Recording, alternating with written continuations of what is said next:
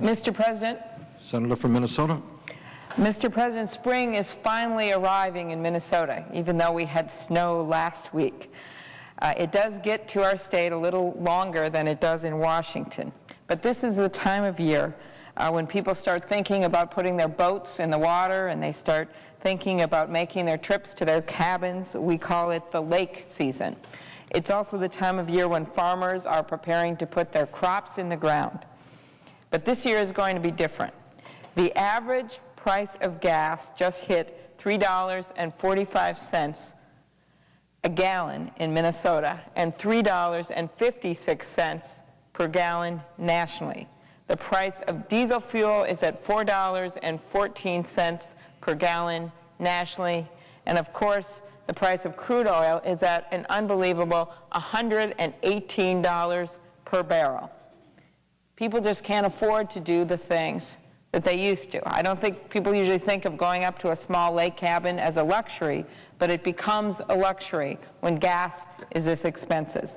I've heard from constituents who are having to cancel their family road trips or their summer vacations up north because they can't afford the gas that they need to get there.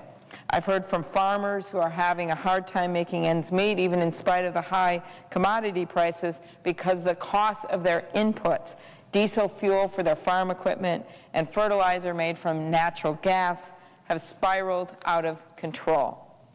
And of course, it is particularly hard on middle class and low income families because when they have less disposable income and gas goes up to these levels, it is very difficult for them to get by. The high price of energy has inflated the price of everything from groceries to transportation to home heating, as you know, the presiding officer in your home state of Vermont. It has impacted every sector of our economy, from manufacturing to forestry to farms and small businesses. In cold northern states like Minnesota, spring is when a lot of people, especially senior citizens living on their own, are trying to pay off their natural gas bill from the winter. And they're too afraid to think about how they're going to pay their heating bills next winter if this trend continues. Middle-class families are struggling with the high cost of health care and college education already, and they can't afford this increase in the price of gas. I just heard an expert a few weeks ago talk about if you just look at the past 8-10 years, a regular, average, middle-class family, their costs for everything from daycare to home heating to gas has gone up about $8,000 to $10,000 a year, but their wages have not gone up.